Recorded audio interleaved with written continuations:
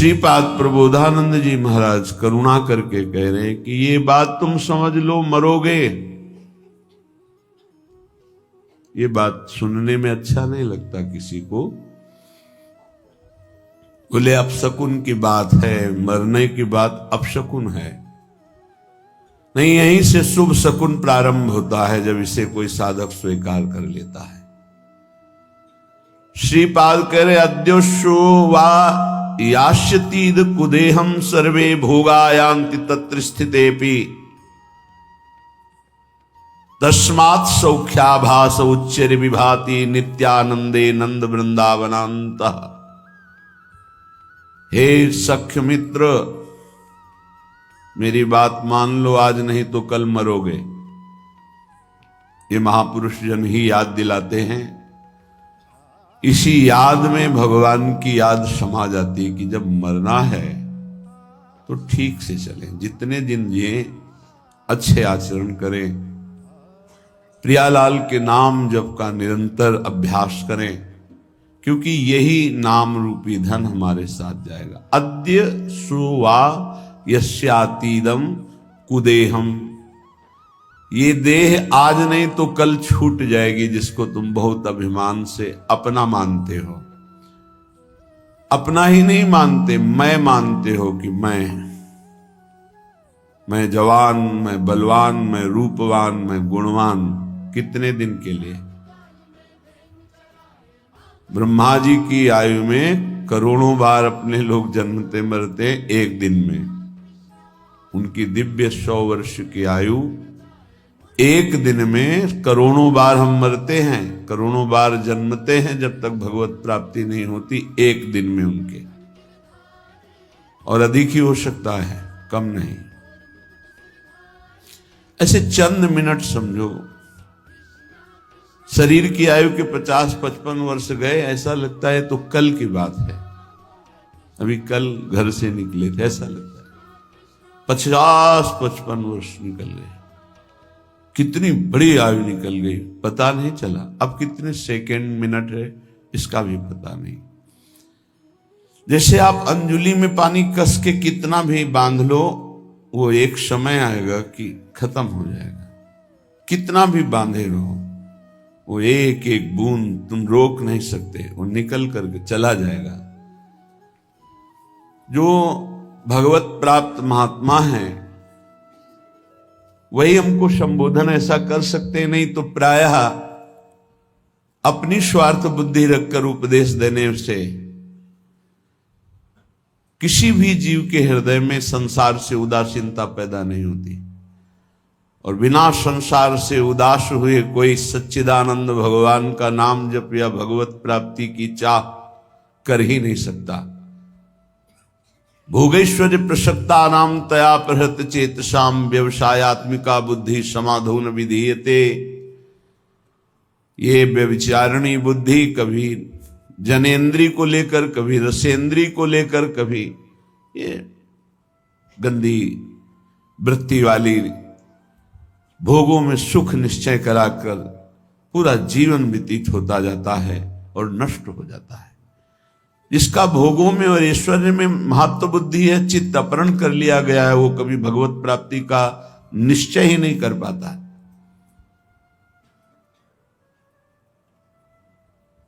इस मार्ग में उपासक को पहले स्वीकार करना होगा कि मुझे मरना है, आज नहीं तो कल। कौन स्वीकार करता? जानते सब हैं। गांव में जब किसी का शव ले जाते हैं तो घाट में बैठकर उसके परिवार वालों को समझाते हैं, रो मत भाई, सबको जाना है, आज ये गया कल और जाएंगे, सबको मरना है, रो मत। रोना ठीक नहीं। कितना बढ़िया ज्ञान उसको। फिर वही, क्या वो सोच पाता है कि मेरे को भी जाना है? तो जो रास्ते में बोलते चले आए कि राम नाम सत्य है, गोविंद नाम सत्य है, गोपाल नाम सत्य है, तो हम उस सत्य को निरंतर रटे? पर नहीं, वो केवल एक व्यवहार मात्र होता है। संत जन कह रहे हैं, भाई रे तेरी अवधि बीती जाए। हर समय स्वस्थ नहीं रहोगे।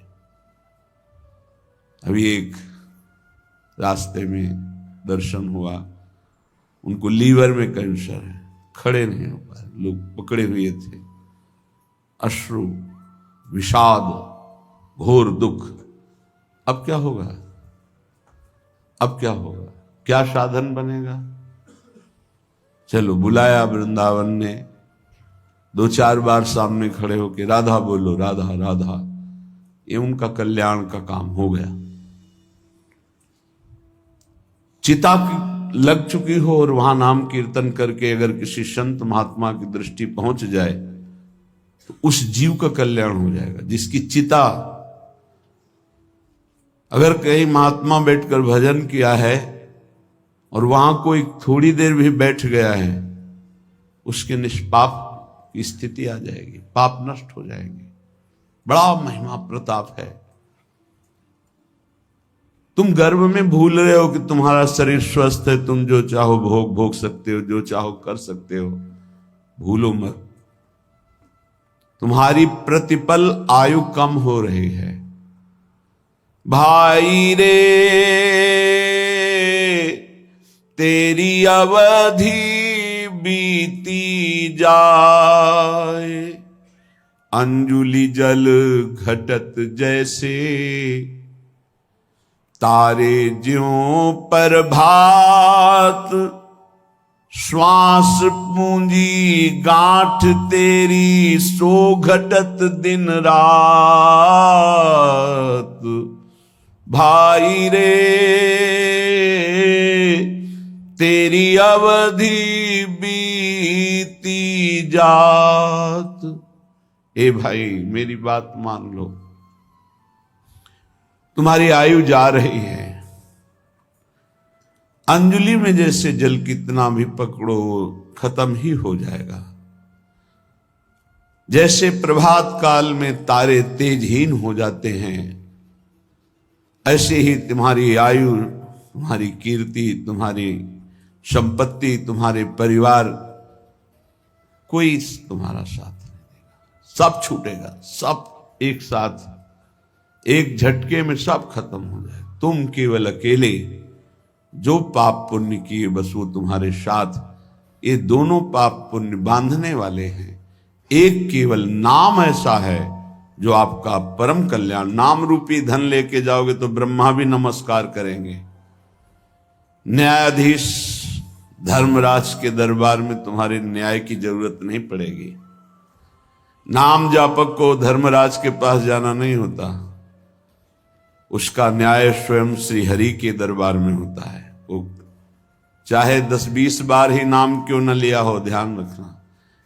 यदि 10-20 बार नाम सुरक्षित रख सके, वैष्णव अपराध न करे, निंदा न करे, तो वो 10-20 बार का नाम ही उसका परम कल्याण कर देगा। तुम्हारी गांठ की अमृतमयी पूंजी नष्ट हो रही, श्वास, बहुत खतरा है। ये श्वास जो बहुत आराम से ले रहे हो, एक दिन ऐसा आएगा ये श्वास नहीं ले पाओगे। जो आंख से देख नहीं पाते उनसे पूछो, उनको लगता है आंख वाले कितने सौभाग्यशाली हैं, सब देख पाते हैं। जिनके कान की श्रवणेंद्रिय शब्द नहीं सुनती, उनको लगता है कितने सौभाग्यशाली हैं जो सुनते हैं। तुम देख रहे हो, चल रहे हो, सुन रहे हो, बोल रहे हो, खा रहे हो, स्वस्थ हो। अवसर है भगवत प्राप्ति का, बाद में पछताना होगा। यह अवसर है, तुम्हारी श्वास की पूंजी नष्ट हो रही है। जो श्वास नाम में गई वही सार्थक नहीं, सब बेकार, सब बेकार। लाखों बार भोग भोग लो, हर भोग, लेकिन फिर भी वही भोग तृष्णा।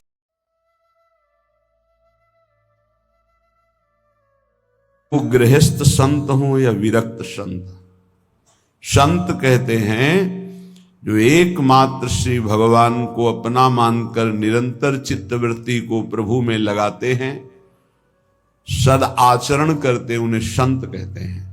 चाहे वो पैंट शर्ट में हो, चाहे वो अन्य वेश में हो। अगर विवेक नहीं है, अंदर से वैराग्य नहीं है, भगवत चरणारविंद का चिंतन नहीं है, तो पाखंड है चाहे जो हो।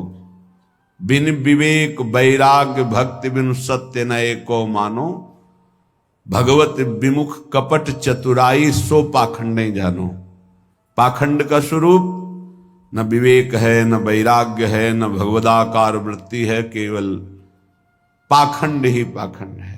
और ये बहुतायत कलयुग का प्रभाव फैलाएगा, कोई बिरला पाखंड से बच पाएगा। पाखंड कहते हैं पाप का अंश, पापखंड पाप का अंश, पाप का अंश पाखंड कहलाता है। हम निष्पाप वेश धारण किए हुए हैं, आचरण पाप का करते हैं तो पाखंड है, दुर्गति होगी। निष्पाप मार्ग के पथिक हैं, भूली न देह कुमारक पाऊं, थोड़ा भी पाप तो पाखंड है। पाप धर्म शास्त्र के विरुद्ध बोलना, देखना, सुनना, भोगना सब पाप है। शास्त्र सम्मत आचरण करना ये साधुता का लक्षण है, वो चाहे गृहस्थ में हो चाहे विरक्त में। तस्मात् शास्त्रम प्रमाणन्ते कार्याकार्यो व्यवस्थित हो, कार्य और अकार्य की व्यवस्था शास्त्र के अनुसार करे उसे साधु कहते हैं। तुम्हारी श्वास की पूंजी जा रही, बहुत कीमती श्वास है। अज्ञान के कारण तुम सोचते हो कि नाम छूट गया, लेकिन 1 लाख रुपया तो मिल गया। क्या करोगे 1 लाख? 1 लाख का महत्व क्या है? भोग सामग्री मिलेगी। क्या करोगे भोग सामग्री? भोगेंगे किससे? इंद्रिय और मन से। पुनः गंदे हो जाएंगे, पुनः गंदे हो जाएंगे। अगर साधन से थोड़ा पवित्र हुए फिर गंदे। हमारा नाम चल रहा है, फिर प्रसाद का सेवन करते हुए भगवत आचरण कर रहे हैं, कोई घाटा नहीं। हर श्वास श्वास श्वास सुमिरन करे, दुविधा रहे न कोई, निश्चित भगवत प्राप्ति होगी। नाम श्वास दोनों समान हो जाएं। श्वास ही नाम, नाम ही श्वासा, नाम श्वास को भेद मिटावे। अब श्वास की कीमत पता चली। कई बार सत्संग में कहा है 50 वर्ष मेहनत करके कमाया है, तो तुम्हारी अंतिम श्वास और कह दो 50 वर्ष की कमाई, 50 वर्ष की श्वासों के द्वारा कमाया हुआ ये वैभव धन संपत्ति आपको देते हैं। हे भगवान, 1 श्वास और बढ़ा दो, नहीं बढ़ेगी। ऐसी कीमती श्वासों को, जो तुम्हारे जीवन भर की संपत्ति देने पर 1 श्वास नहीं बढ़ सकती, तुमने बेकार खर्चा कर दिया, व्यर्थ जीवन गया। साधु संगति पैठ लागी, ले लगे सोई हाथ, बड़ो सौदा हरि सुमिरो, सुमिर लीजय प्रात भाई रे, अवधि बीती जात। अगर श्वासें सार्थक करनी तो साधु संगति करो। साधु संगति करी अनुदिन राति, रात दिन साधु संगति करो। साधु संगत से तुम्हें पता चलेगा कि महंगा सौदा कौन है। बोले हरि, सबसे महंगे हैं हरि। ये लोक परलोक की संपत्ति से नहीं खरीदे जा सकते, तपस्या से नहीं खरीदे जा सकते, साधना से नहीं खरीदे जा सकते। अगर इनको पाना है तो साधु संगति करो। और साधु संगत से जो हरि नाम मिला, राधा नाम मिला, बोले सुमिर लीजिए, बस इसी को सुमिरो। कम से कम गृहस्थी में हो तो सायं प्रातः 2 समय तो एकांत का सेवन कर लो। प्रातःकालीन बेला पर उठो। अगर आपको शौच आदि नहीं लगी तो अपने आसन पर बैठकर नाम जप करो। मंत्र जप का अधिकार गृहस्थी के आसनों पर बैठकर नहीं है, वो पहले स्नान आदि करके पवित्र आसनों में बैठे, शयन वाले आश्रम में नहीं। विरक्त जगते ही मंत्र जप करता है, क्योंकि उसका शरीर पवित्र, उसका आसन पवित्र, उसके विचार पवित्र। कम से कम 2 टाइम तो भजन का बना लो। प्रातःकालीन वेला में 2 घंटे एकांत भजन, 3 से 5, फिर और सबका। जब रात्रि में सोने जा रहे हो तब प्रपंच नहीं, नाम जप करते हो, मानो मृत्यु की शैया पे जा रहे हैं, पता नहीं जगे कि न जगे। इस साधु संगति से ही तुम्हारी ऐसी वृत्ति बनेगी, अन्यथा नहीं। काम क्रोध दलाल हैं, मत बनिज कर इन साथ, लोभ मोह विशेष ठगिया, लगे हैं तेरी घात। भाई रे तेरी अवधि बीती जात। साधु संगत से तुमने नाम सुमिरन शुरू किया, नाम रूपी धन कमाना शुरू किया, तो ये दलाल लग जाएंगे। यही आकर्षण, परस्पर प्रतिकूल शरीरों के भोगने का आकर्षण बड़े बड़े ऊंचाई से गिरा देता है। सत्संग में पर्दा नहीं होता, पर्दा रहित होता है। हम सब भगवान के अंश है, न कोई स्त्री है न पुरुष है, ढांचे हैं स्त्री पुरुष के, पर माया का जाल ऐसा है, परस्पर इन ढांचों का इतना जोर का आकर्षण है। बड़े बड़े ऊंचाई पर जो अपने साधन का अहंकार रहते हैं, घुटने टेक दिए माया के आगे। अगर बचा कोई तो दैन्य और भगवत आश्रित उनकी रखवारी भगवान कर लेते हैं, गिरते गिरते बचा लेते हैं, गिरे हुए को उठाकर ऊंचा उठा देते हैं। एक काम क्रोध ऐसे दलाल शब्द का मतलब बहुत मीठा बोलकर अपना बनाकर फिर गांठ का धन ले लेना। सुधामयम वाचो कामिनाम रसवर्धनम हृदय क्षुरधाराभाम।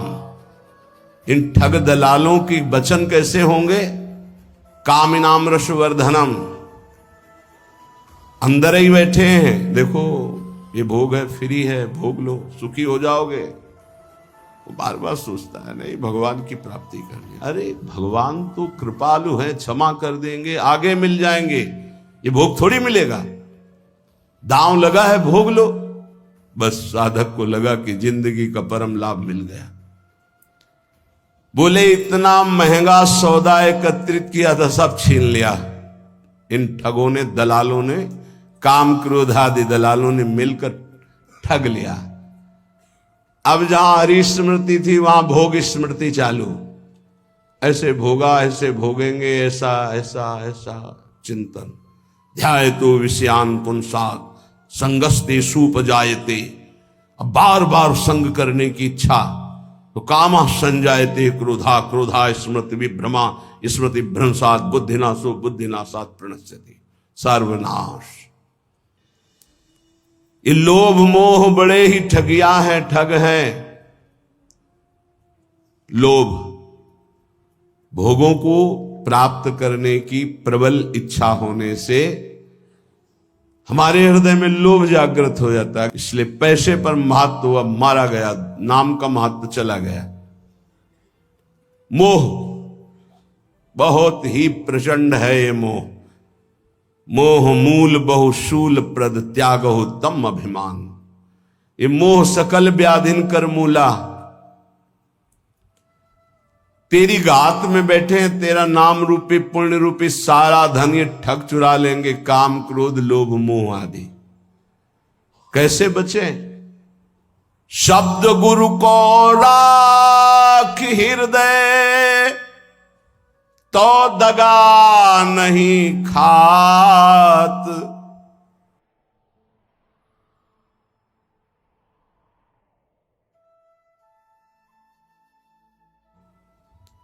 वो अपनी चतुराई बुद्धि पर खायो गो फिर मात। फिर तो गिरेगा, फिर नष्ट होगा। यदि अपनी बुद्धि की चतुराई के, अरे कोई नहीं, मारे जाओगे। गुरु के वचनों को अपने हृदय पे रख लो। आज तक कोई माया पर विजय प्राप्त किया है तो गुरु का वचन पालन करने वाला, अन्यथा नहीं नहीं नहीं। ये हम हाथ उठा के कहते सच्ची बात समझ लो, साधना की ताकत नहीं कि हमको निर्विकार कर सके, गुरु कृपा ही निर्विकार करती, पक्का। उनके चरणों का चिंतन ऐसा प्रताप उदय करता है, सब ठीक हो जाता है। बड़ी सहजता से इन विकारों पर विजय प्राप्त। गुरु कृपा पात्र को कोई युद्ध नहीं करना पड़ता, आक्रमण ही नहीं होता गुरु कृपा पात्र पर। इतना सुरक्षित कवच उनके शब्द का होता है, औषधि नहीं है। चरण दास सुखदेव चरणन परसि तज कुल जात, भाई रे तेरी अवधि बीती जात। चरणदास जी कहते हैं गुरुदेव सुखदेव जी की कृपा से अब इस तन के सारे विकार नष्ट हो गए हैं, मन प्रभु में आसक्त हो गया, एक गुरुदेव की कृपा से। जब हम गुरुदेव की आज्ञा का पालन करते हैं तो हृदय में बात बैठ जाती है, अपना हरि बिनु और न कोई। ये बात बैठ जाए, मेरे तो गिरधर गोपाल दूसरो न कोई। हमारे प्रिया प्रीतम के सिवा और कोई नहीं, हमारे श्यामाजू की, ये अंदर बैठ जाए। ये अंदर नहीं बैठता, बस जवान से तो सत्संग के प्रभाव से हम बोलते हैं हमारे माई श्यामाजू को राज। अगर श्यामाजू का राज हृदय में बैठ जाए तो काम क्रोध लोभ मोह मद मत्सर प्रकाशित ही नहीं हो सकते, प्रभाव ही नहीं कर सकते। मान लीजिए श्रीपाद प्रबोधानंद जी कहते हैं भगवान के मोहिनी अवतार में भी ताकत नहीं कि गोरे चरणारविंद की ठसक रखने वाले उपासक को आकर्षण कर सके। महापुरुषों के वचन मिथ्या नहीं होते। भाई मेरी बात मान लो, हरि के सिवा तुम्हारा कोई नहीं। क्यों नहीं है? हमारे माता हैं, पिता हैं, भाई हैं, पत्नी हैं, पुत्र हैं, परिवार है। तो इनमें हरि हैं तब तक तुम आदर करते हो। जिस दिन हरि निकल गए उस दिन इनका आदर करके दिखाना हमें। जानते हो अंतिम संस्कार में पिता की खोपड़ी पुत्र फोड़ता है। अब यहां होता है कि नहीं हम तो ये नहीं जानते, पर गांव में अंतिम संस्कार में कपाल भंजन क्रिया होती है। प्राय लोग जो इस विषय के सेवन करने वाले, मतलब जो श्मशान में गए हैं, तो वो लोग जानते हैं। बेटे से एक दंड के द्वारा पिता की खोपड़ी का कपाल भंजन किया जाता है। जिनके चरण छुए उन्हीं के कपाल समझ में। जिस शरीर की पूजा की उसी शरीर को जलाया जाता है। क्या इस शरीर की? क्यों ऐसा क्यों कर रहे हो? बोले हरि नहीं है, अब गए हरि, इसलिए नहीं रख सकते। न पत्नी न पति न पुत्र न माता न पिता, किसी का भी शरीर नहीं। क्यों? क्योंकि वो गए। वो कौन थे? वो परिचय नहीं जानता, वो हरि थे। आज भी तुम हरि को ही प्यार करते हो, पर अनजाने में जानकर कर लो तो मुक्त हो जाओगे।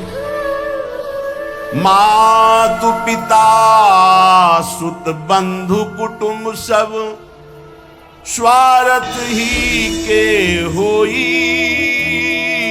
अपना हरि बिनु और न कोई। कुपुत्रो जाए ते पछितपि कुमाता न भवति, शास्त्र में लिखा है, लेकिन वासना कुमाता न भवति। घटना, बड़ा धनी परिवार, जरूर ध्यान से सुनना। पति ऑफिसर, खूब धन व्यवस्था, पत्नी और 2 पुत्र, एक पुत्र एक पुत्री, बहुत ही लाडले सुंदर। पूर्व जीवन में उसने जो अपना मित्र बनाया था, फोन का जमाना, बात करके वो टैची लेके घर आया। उनकी नजदीक ही कोई नौकरी थी जिसमें शाम के घर आया। देखा घर कौन है, कहा हमारा कजन है, भाई लगता है। उठ के उसने बड़ा अच्छा किया, आ गए। बड़ा सज्जन पुरुष था, अच्छा किया। पहले मैं तो होटल में रुकना चाहता था, पर दीदी ने कहा यहां जाओ। बहुत अच्छा। वो बोली कुछ समय के लिए आए हुए तो यही रुक जाए क्या? हाँ, होटल से अच्छा है उनके लिए, कजन है, वो नहीं जानता है। और वो कहते हैं हमारा भाई, और वो कहते हैं हमारी बच्चे मामा कहने। एक दिन बच्चे अचानक कमरे में गए और देखा कि दोनों की स्थिति, भागे। 10-12 वर्ष का लड़का बाहर आए तो नौकर भोजन बनाने लगे। तो उनका अंकल मामा में लग रहा है हमारी मम्मी को मार रहे, क्या कर रहे। उस प्रिया को थोड़ी जानते, छोटे बच्चे। तत्काल वो दौड़ा, मालकिन को क्या हुआ? वो असावधान से बच्चों को देखा ही नहीं था। नौकर ने जब देखा तो उनकी दृष्टि पड़ी, और वो नौकर बाहर निकली। हमें मालकिन नौकरी से निकला, हमें क्या बोल। वो डर गए। उसने कहा आज भोजन हम बनाएंगे अपनी रुचि का, आप बैठे। भोजन में जहर मिलाया, मीठा गया। पहले से होगी व्यवस्था कुछ ऐसा जैसा विधान। दोनों बच्चे बेहोश हो गए, इतना कम जहर दिया। और नौकर को थोड़ा ज्यादा दिया, मरा नहीं पर वो मरणासन में पड़ा। अब उनका पहले पुत्र और पुत्री को, छोटा सा पहाड़ था, वहां तक गाड़ी जाती थी, गाड़ी चला के स्वयं गए। उनका मित्र जो भाई बनकर आए, दोनों को उठा के बच्चों को जमीन वहां से पटक दिया कि अगर जो बचे हों जहर से। लौट के आए, नौकर बेहोश पड़ा था, इतने में वो आ गया पति। अब नाटक शुरू, सीसी कैमरा लगा था। पति खूब रोना, दरवाजा क्या हो गया? ये बेहोशी का नाटक कर रहा है, बच्चों को गायब कर दिया हमने। जब बहुत पूछा तो बेहोश होकर गिर गया, नाटक कर रहा है, इसने हमारे बच्चों को गायब कर दिया। तुरंत पुलिस को फोन किया, पुलिस आई, उसकी चेक करवाई तो बेहोश। उनका नाटक तो नहीं, तो बेहोश है। डॉक्टर ने चेक किया कि इसमें जहर खवाया गया है, तो पूरा उसको इंजेक्शन लगाया गया तो होश आ गया। हरी पिटाई उसकी। नौकर कहाँ है लड़के? उनका मालिक साहब हमें पता ही नहीं, हमको तो भोजन किसने बनाया? मालकिन ने बनाया। ये पिटाई वहां उसकी हो रही थी, जब उसने कहा मालकिन ने, तो दिमाग उनका खटका, भागे वहां। तो वहां पति को कुर्सी में बांध करके दोनों मिल करके खूब डट के उनकी पिटाई कर रहे थे। और अंतिम था कि उनका उतने में वो, अब अगर वो नहीं खोलते तो 1 मिनट में दरवाजा तोड़ दिया जाए, खोले। अब तो कुछ था नहीं, सब पूरी बात फाइनल में हो गई। जब थप्पड़ के आगे किसकी पूरी बात, क्यों मारा बच्चों को? मार दिया, वहां से फेंक दिया। ये कौन है? तो बॉयफ्रेंड पहले। इसीलिए हम बार बार एकांतिक में, सत्संग में कहते हैं, ये बॉयफ्रेंड गर्लफ्रेंड तुम्हारे जीवन का बहुत बड़ा नाशकारी। ये कौन माता ऐसा चाहे? अंदर नहीं जा सकते, पागल हो तुम? मेरा बंगला, मेरा परिवार, मैं अंदर नहीं जा। वो मालकिन का हुक्म है कि मेरे आज्ञा, उसको दबका है। मेरा मकान, मेरे को कैसे तू रोक रहा है? बोले मालकिन ने कहा तो कोई ना आने पावे। फौरन अंदर गए तो मिल गए वो। अब तो मेजर तो पिटाई शुरू की, पत्नी को पीट रहे थे, इतने में उसने उनको कवर किया। पत्नी ने राधे राधे। वहीं अंदर जो फूलों का, बंगले में तो सारी व्यवस्था थी मेजर, वहीं बंगले के अंदर ही अब छुट्टी का समय खत्म हुआ, उनके यहाँ फोन आया, तुम्हारे यहाँ उनको बात करवा, बिना अनुमति के इतने दिन हो गए, छुट्टी के ऊपर आए क्यों नहीं? कहा यहां तो आए ही नहीं। ऐसा कैसे हो सकता है? मेजर एक अच्छी पदवी होती है आर्मी की, ऐसा कैसे हो सकता है? वो तो छुट्टी लेके घर के लिए गए, पूरा फोर्स उधर का गिरा करके। उन लोगों की अलग प्रणाली होती है, गेटमैन की जो धुलाई शुरू की। आए थे? हाँ साहब आए थे, तारीख समय पूरा।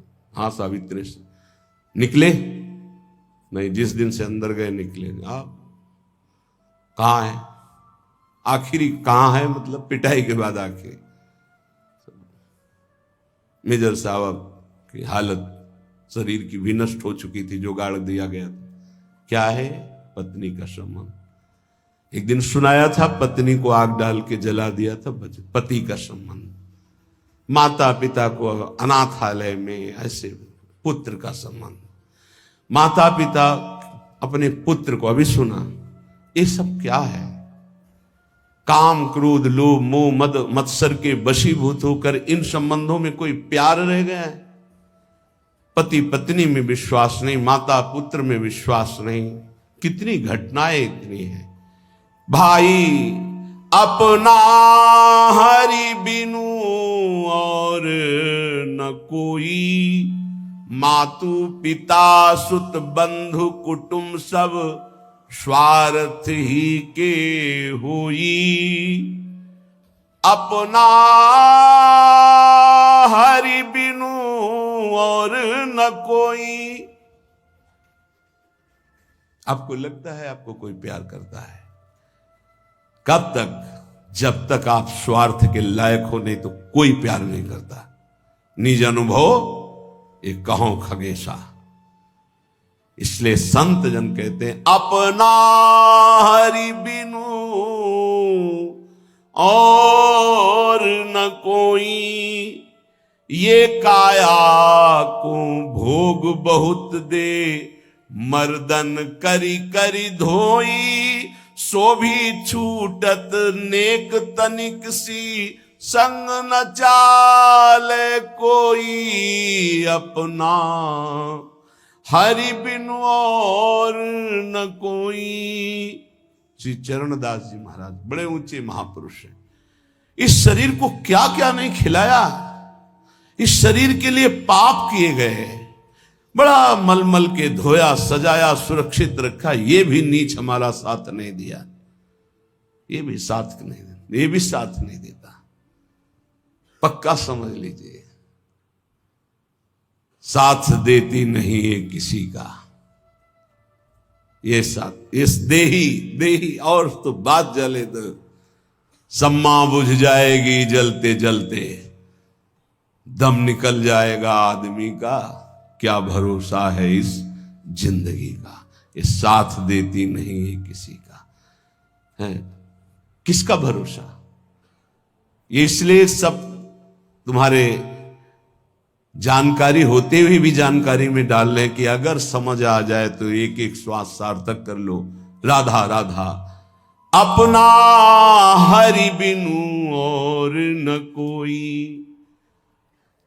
घर की नारी बहुत ही प्यारी, दिन में नाही दोई। जीवत कहती साथ चलूंगी, डरपन लागी सोई। अपना हरि बिनु और न कोई। बाल्यावस्था से एक साधक साधु संग करता था।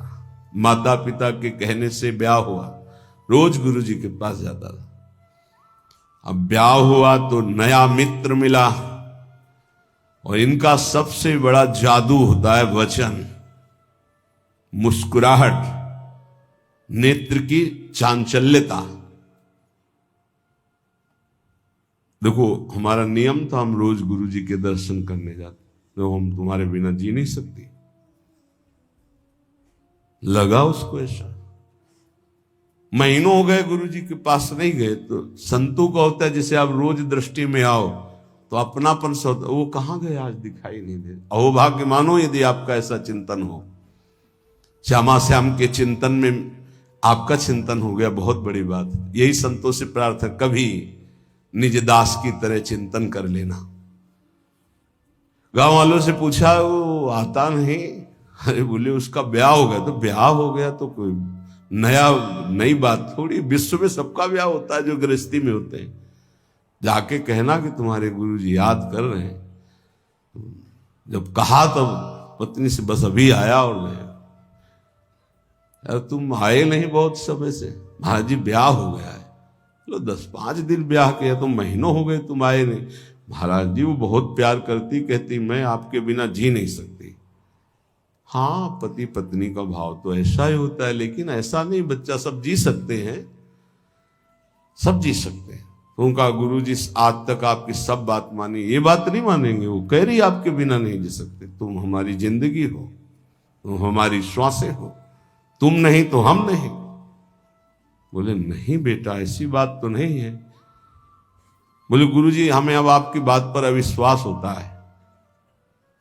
हाँ, माया का जाल ऐसा ही कि गुरु की बात पर अविश्वास होगा और माया की बात पर विश्वास होगा। तुम्हें आसन का ज्ञान है जो हमने कराया? बोले हाँ है। तो हम एक प्राणायाम पद्धति बताते हैं जो 15 दिन में अभ्यास में आ जाएगी हमारे प्रभाव से। 5 मिनट 10 मिनट के लिए हम तुम्हें बिल्कुल प्राणों को स्तब्ध करने की क्रिया बता देंगे। ये पूज्यपाद उड़िया बाबा में थी। ऐसे बैठ गए तो डॉक्टरों से जांच करा लो, प्राण है ही नहीं। नेत्र ज्यों के त्यों खुले जैसे मृत शरीर के नेत्र, कहीं भी नाड़ी धड़कती नहीं मिलेगी, न दिल, समाधि में स्थित। और वो संकल्पित होती कि 8 घंटा 10 घंटा, इसके बाद वो अपने आप प्राण धड़कने लगेंगे, नाड़ी चलने लगेगी। उन्होंने 5-10 मिनट के लिए, केवल इतने के लिए, और हमारे प्रताप से तुम्हारी श्रवण इंद्री सब सुनती रहेगी। 15 दिन आओ, आ जाएंगे गुरु जी। अब 15 दिन जब रोज जाने की बात हुई तो वहां रोना पीटना। उन्होंने कहा बस 15 दिन की बात है, गुरु जी की सेवा की बात है, 15 दिन में, फिर इसके बाद हम कभी नहीं जाएंगे। चलो भाई धीरे से। संतों के पास दूसरा कोई जाए तो भले सतोगुणी भाव हो तो बड़ाई करे, संग करते पड़े, अपना लड़का जाने लगे फिर नहीं सुनाई देगा। माया का बड़ा विचित्र खेल। अब वो 15 दिन में अभ्यस्त हो गया। वहां अपने सामने करवा के देखा, 10 मिनट बिल्कुल निस्पंद प्राण। संकल्प में बहुत शक्ति होती है। बोले जाओ, जाके दरवाजे, मेन दरवाजे पर प्राण स्तंभ मंत्र द्वारा करके, बकाया हम आएंगे, प्राण संचलित करेंगे संकल्प के द्वारा और तुम्हें सुनाई देगा। वो गए, का पद्मासन नहीं लगाना, पैर फैला लेना, दरवाजे की ऐसी ओट ले लेना, पैर फैला, आराम मुद्रा, और उसमें ये मंत्र पढ़ना और प्राण संकल्पित करना। जितने मिनट के लिए हमने कहा बस इतने में हम आ जाएंगे। गया, श्वास रोकी, मंत्र पढ़ा, संकल्पित हुआ, नाड़ी चलना बंद, प्राण स्पंदन बंद, बस श्रवणेंद्रिय से सुनाई दे रहा है। पहले बहुत ऐसे महापुरुष होते थे, 6 महीना के लिए मिट्टी में समाधि ले ली, संकल्पित 6 महीना प्राणवायु ही नहीं चलेगी। 6 महीने के बाद जो समय बताया ठीक उसी समय खोल दो, खोल दिया, पीला शरीर हो गया, सब मरे नहीं, फिर प्रकट हो। ऐसे बहुत से गंगा किनारे सिद्धों के दर्शन किए। नकल नहीं करनी चाहिए, नहीं वही मर जाओगे, स्थिति होनी चाहिए। हाँ, अब वो